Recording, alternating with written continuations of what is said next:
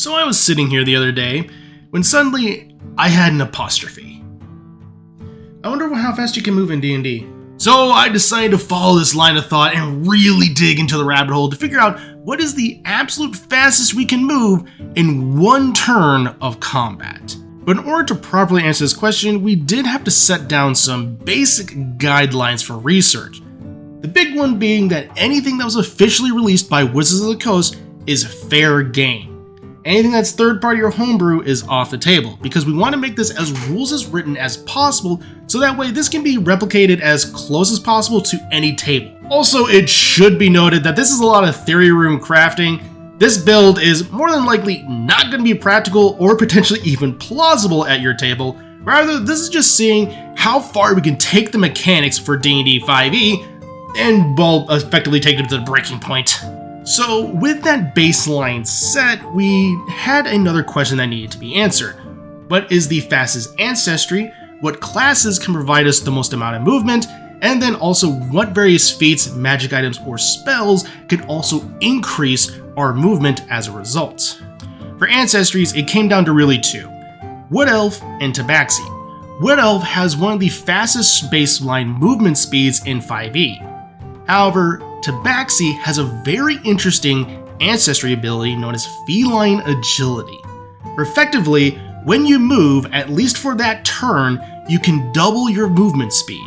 So, a Tabaxi's movement speed is effectively moved from 30 to 60 for at least that turn of combat until you stop moving.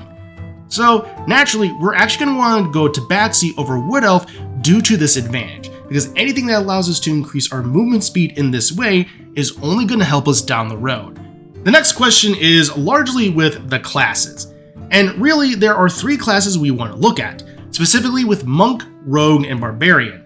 Monk and Rogue specifically due to the fact that they allow us to dash more times in a single turn. Because the thing with dash, as long as you're able to do it as an action and a bonus action, you can effectively move 3 times in one turn. However, Rogue is quickly drawn out of the running due to the fact that, well, it doesn't give us much more of an advantage other than that. Monk allows us to spend a key point to do Step of the Wind to give us a dash action, as well as giving us a movement speed increases. However, we're only going to want to go up to 15th level Monk, which will give us a movement speed bonus of 25 feet. From there, we're actually going to want to go 5 levels into Barbarian, which will give us an additional 10 feet of movement due to the ability Fast Movement. So if you're to look at a level 20 Monk, this gives us a movement bonus of 30.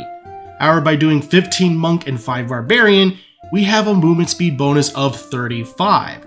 For Barbarian, we're going to go Totem Warrior with Elk, because when we rage, that gives us an additional 15 feet of movement bonus. So that 35 is brought up to a 50 bonus. Stacked on top of the Tabaxi's 30 feet of movement, we are moving at 80 feet while raging.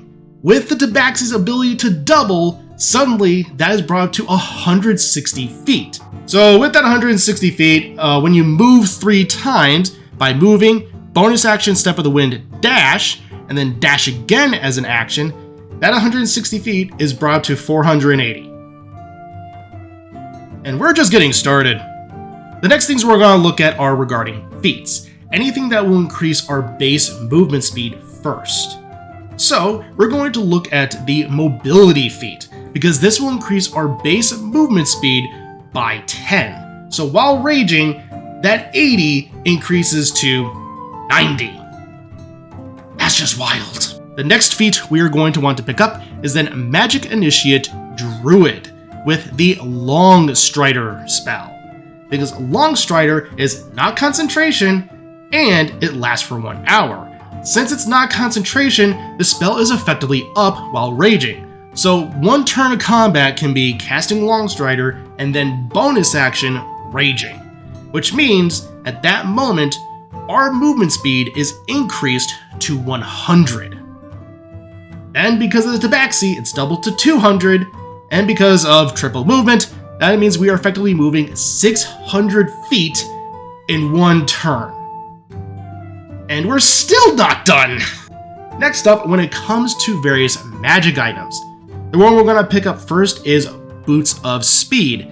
As a bonus action, we can click our heels together and it'll double our movement speed. So the next turn of combat after raging, that means our movement speed that is now 100 is going to increase to 200. And then doubled because of Tabaxi, 400 times 3 movement, 1200. And then last but certainly not least, we are going to want to take the Potion of Speed, because when we drink this as an action, well, once you look at that, it gives us the effects of haste. That's not concentration! Now, how does this work with rage? Well, technically we are not casting the spell, rather drinking a potion to have these spell effects on us. So it works that way. And since it's through a potion, it's not concentration. It even says in the description that it's under the effects of haste, non-concentration.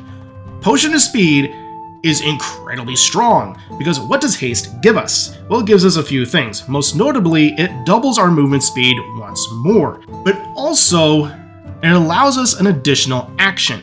And that additional action can be used to dash, which means we are moving 4 times now instead of 3.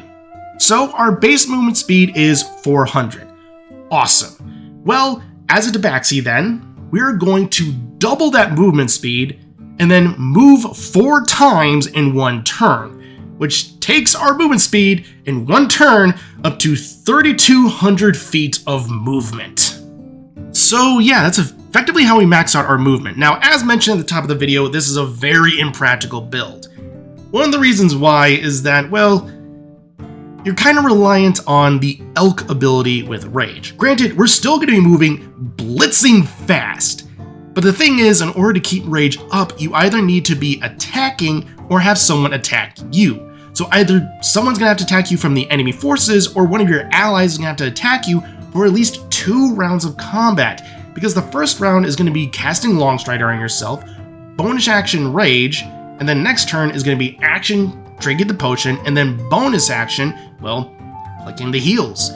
So, and that turn you can attack to be able to keep it up and just swing randomly, but again, the point still stands that you are basically going to have to at least do 2 rounds of combat to not do anything and then move. Now, of course, you can cast Longstrider before the combat happens, and potentially even do all this outside of combat just for the fun of it. That's where it's going to be most plausible.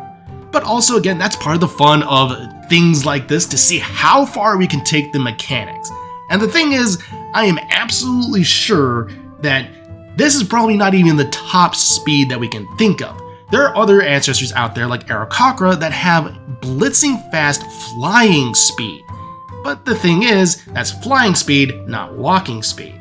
And that's where a lot of this can get very muddled and very confused. So with that, everyone, have fun. And if you actually manage to pull this build off, let me know how it worked out, because I'm pretty sure you're just going to be running around and you're probably not going to be super effective in anything else. But other than that, everyone, as always, thank you so much for watching. Keep being awesome. Keep rolling those dice.